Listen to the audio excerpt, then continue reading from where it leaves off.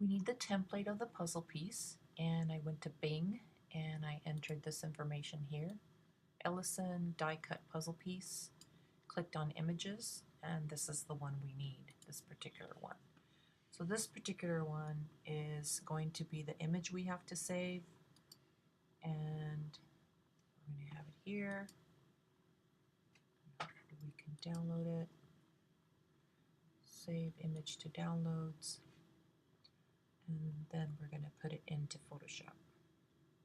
So we have Photoshop here, File, Place. We go look for it in Downloads, and there it is. So we place it. So what's happening here is we've placed an image, and it can be resized at this point.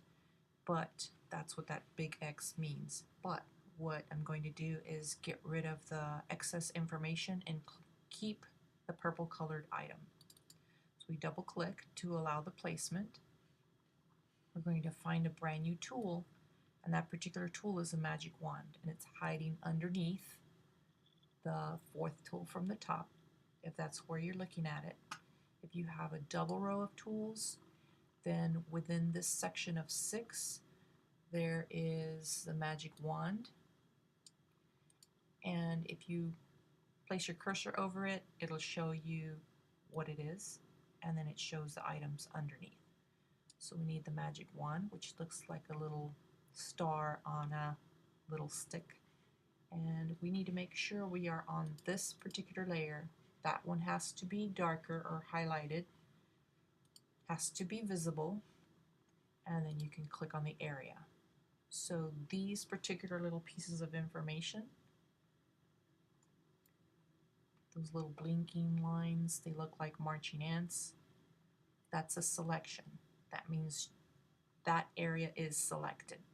So we're going to make a layer via the selection. So layer new via copy or Command J as it shows here. So now we have another layer above it. There's the one below, and here's the new one.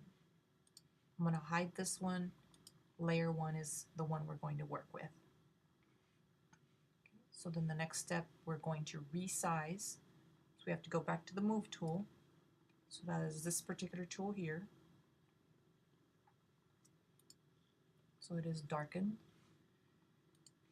That's the active layer. That's the one that we're working with, which is here. And to transform or resize, it's going to be Transform, Command T, and it creates this binding box. This particular box, it has a shape around it, which is either square or rectangle. It's got lines on all 4 sides. It has small little squares all over the place. So it has 3 on the top. As you scroll down, it's got one in the center on each side, and the same thing on the bottom. So for a total, it has 3, 4, 5, 6, 7, 8 little squares. So this we can resize. It looks like it's in the middle, so what we're going to do is we're going to zoom out, Command minus a few times. This allows us to stretch this out accordingly. Now, very, very important, the width and the height has to be equal. If you do not keep your width and your height proportional, it's wrong. Might as well not even turn in any work.